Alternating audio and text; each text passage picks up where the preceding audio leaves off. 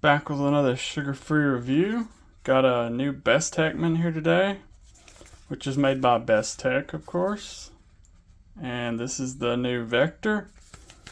Nothing in the box except for the knife. And here it is. This one's aluminum. I don't think they normally do aluminum. Something different from them.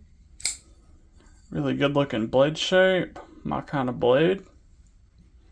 This retails for $52. Pretty average with what they charge on all their knives. You're either going to get a D2 or a 14C 28M blade from them.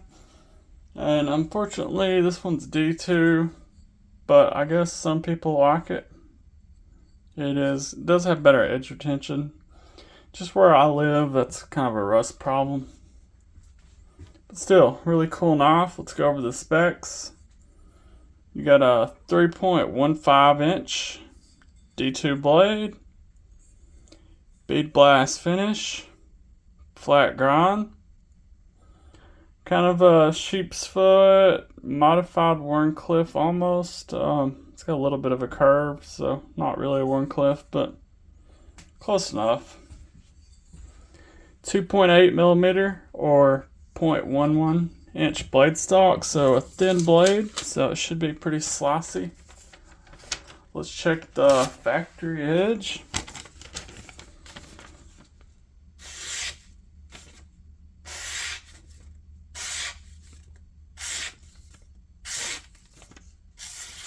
Yep, very sharp right out of box. Always love to see that. Means I don't have to sharpen it right away. Overall length 7.32 inches, right in that small plus size. This seems to be the size that most of the knife companies are going for. You're seeing less 8.5 inch knives these days, unfortunately. I'd like it to be a little bigger, but you know, it ain't a bad size. Let's compare it to some other Bestech and some other knives. Got the Bestechman Angry Owl and the Bestechman Guardian. This one's a button lock just like this one, but this one's a button liner lock. I don't know why they just did it one time and then went back to button locks. Wish I knew the answer to that because I prefer this lock. Kaiser helmet, CGRB Kestrel. Both are a little bit bigger, but it's close. Lastly, Bestech VK Void, a little smaller, and the Kaiser Dogfish, just a hair bigger. Got a 4.17 inch handle, 0.44 inches wide, and 2.5 ounces. Very lightweight. The aluminum, of course, it's lightweight. Almost feels like nothing in the hand. And these holes help a little bit. Your hardware appears to be all T8 except for the clip, that's T6. Speaking of the clip, it is reversible, deep carry. The clip is inset. Cover plate would have been cool. Thankfully the clip does not rest in the hole, but it is in the groove. Does go in and out of the pocket alright. Would have been a little better if that wasn't right in that groove though, but not bad. The handle, green anodized aluminum. This is coming out in many different colors. Name your favorite color and it's probably being released. Yeah, very smooth. Not a lot of texture except for, except for right here. No other handle materials. Not a huge fan of aluminum, but I understand why they did it. It's lightweight. They're wanting to be like other companies. Civivi does aluminum like crazy nowadays. And of course, this is a button lock. It is not a button liner lock. It's just a regular plunge lock. But it is well done. Very snappy. And they've gotten pretty reliable with them these days. After dropping them for a couple of years, yeah, I don't worry about them. Close it on me. Yeah, your deployment. You got these thumb studs. Yeah. Pretty comfortable. And you got your thumb hole, my favorite. Nice reverse flick. Also open it with the button.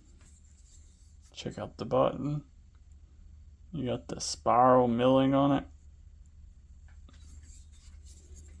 And the button. Let's check that out.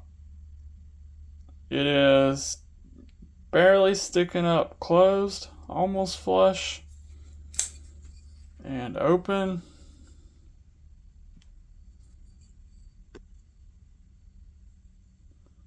Sticks up a little more, but not bad. The way I'm naturally holding it, I'm not touching it. I'm close to it, but not touching it. Do have a lanyard hole. No backspacer.